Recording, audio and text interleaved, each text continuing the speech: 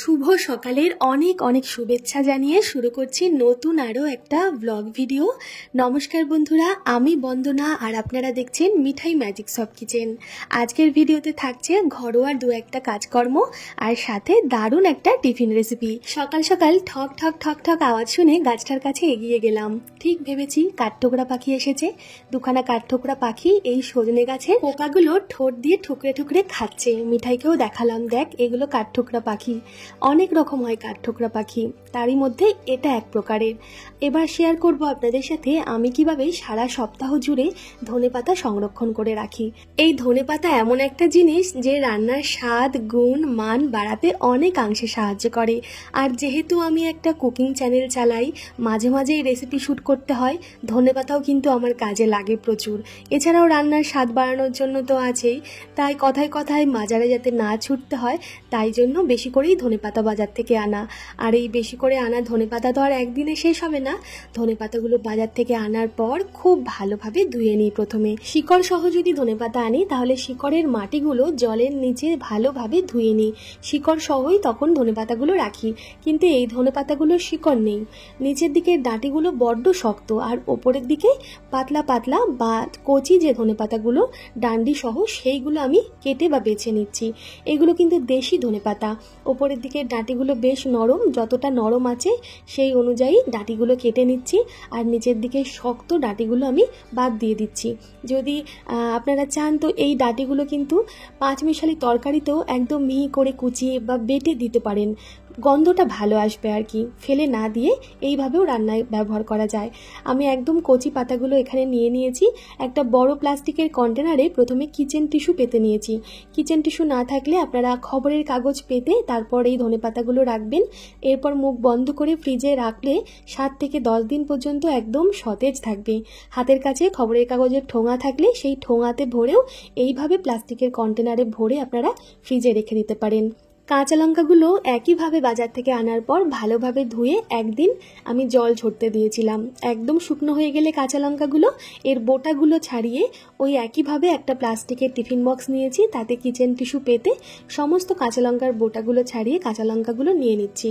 এর মধ্যে পচা কাঁচা লঙ্কা বাদ দিয়ে দেবো, আর যেগুলো ফাটা ভাঙা কাঁচা লঙ্কা সেগুলো আলাদাভাবে রাখবো। সেগুলো প্রথমে রান্না করে নেব, এর মধ্যে আর রাখবো না। আর দেখুন আপনারা কিন্তু আদাও এই একইভাবে রাখতে পারেন। যে কোনো খবরের কাগজের ঠোঙা হোক বা খবরের কাগজের মধ্যে ভালোভাবে আদাগুলো মুড়িয়ে একটা প্লাস্টিকের কন্টেনারে হোক বা চাইলে প্লাস্টিকেও আপনারা ভরে ফ্রিজে রেখে দিতে পারেন। আদাও অনেক দিন সতেজ থাকবে। এখন তো বর্ষাকাল, এখন নতুন আদা উঠে গেছে আর নতুন আদা খুব তাড়াতাড়ি খারাপ হয়ে যায়। তো আদাও আপনারা ফ্রিজে এইভাবে প্রথমে কাগজের মধ্যে রেখে তারপর প্লাস্টিকের কন্টেনারে ভরে রেখে দিতে পারেন ফ্রিজে। এরপর রান্নাঘরের টুকিটাকি কাজ করতে করতে কয়টা পার্সেল এলো, তো ওই পার্সেলগুলো নিয়ে নিলাম। এসেছে মিঠাইয়ের কতগুলো বই। কয়েকদিন আগে কটা বই অর্ডার করেছিলাম। এখন তো এই চ্যানেলের পিছনে প্রচুর খাটতে হচ্ছে, সেই জন্য আমি ব্যস্ত থাকি। যতটা পারি সময় দিই মেয়েকে। এছাড়াও যখন হাতে প্রচুর কাজ থাকে আমার, সেইভাবে খাতা পেন নিয়ে বসতে পারি না, তাই জন্য কতগুলো বই আমি অর্ডার দিয়েছি। মিঠাই এখন ক্লাস 1-এ পড়ে। সিবিএসসি বোর্ডের সিলেবাস অনুযায়ী কয়েকটা ম্যাথ বুক আর একটা ইংলিশ বুকের অর্ডার দিয়েছি। এগুলো প্র্যাকটিস ওয়ার্কশিট আর কি, মানে আমাকে আর নতুন করে ওকে ওয়ার্কশিট তৈরি করে দিতে হবে না, এর মধ্যেই দেওয়া আছে। বিভিন্নভাবে ও করে নিতে পারবে। বইয়ের মধ্যে যদি আমি বলে দিই এটা করো ওটা করো, ও করে নিতে পারবে, যেহেতু ওর সিলেবাসের মধ্যেই আছে এগুলো, স্কুলেও করাচ্ছে। আর তার সাথে একটা ম্যান্ডেলা আর্ট বুকেরও অর্ডার করেছিলাম। নতুন বইগুলো পেয়ে মিঠাই খুব খুশি। বিশেষ করে এই আর্ট বুকটা পেয়ে ও ভীষণ খুশি হয়েছে, কারণ ছবি আঁকতে আর রং করতে মিঠাই খুব ভালোবাসে।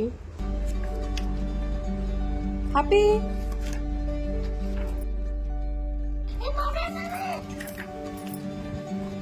দেখাও দেখাও দেখাও, অনেক কিছু আছে।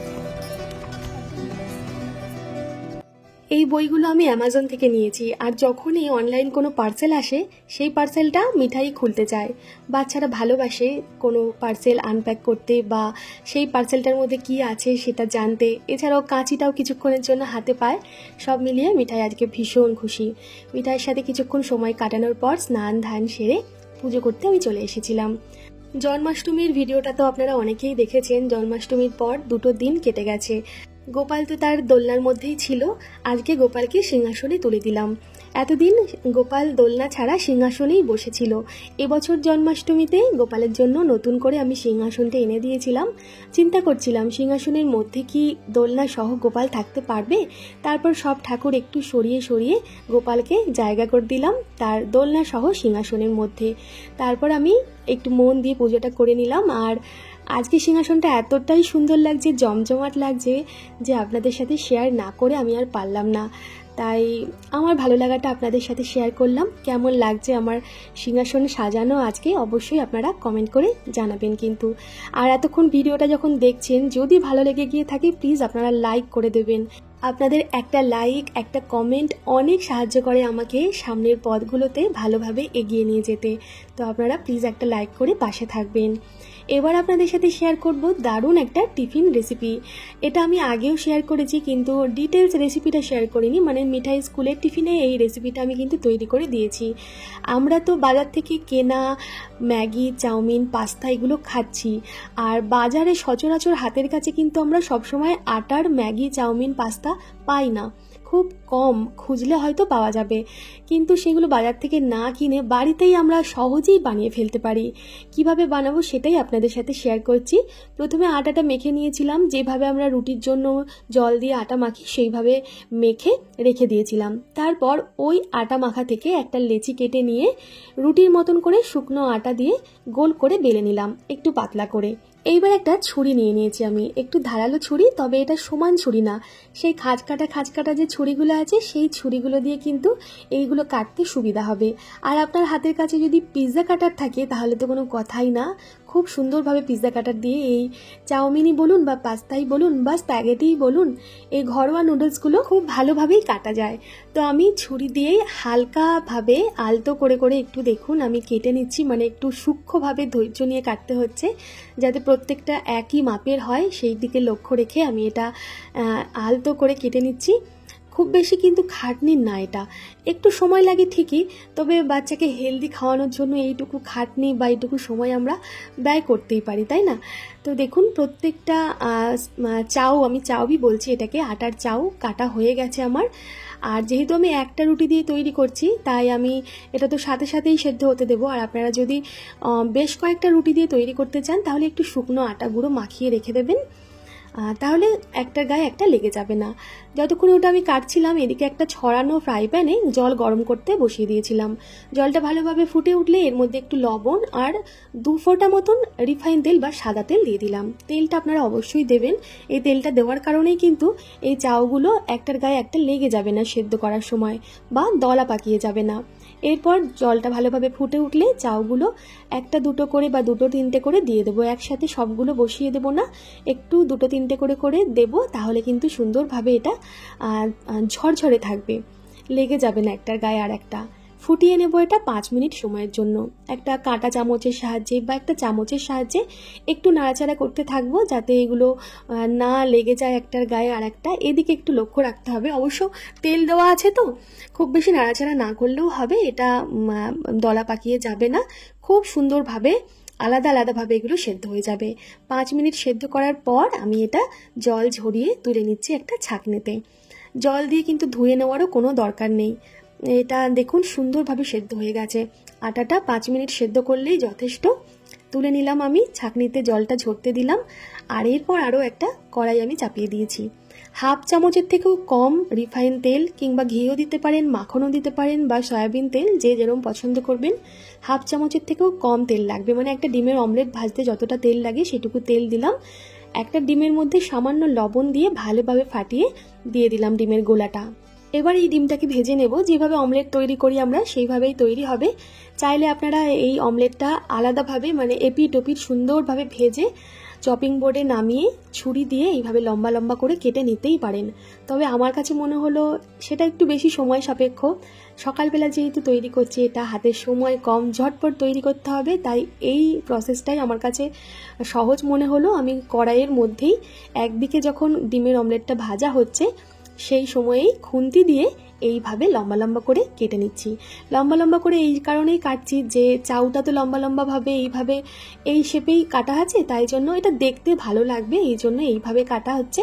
আপনারা চাইলে একটা জায়গায় 2-3টে ডিম দিয়েও ঝুরঝুরে করে কিন্তু ঝুরি ভাজার মতন বা ডিমের ভুজিয়ার মতন ভেজে নিতে পারেন।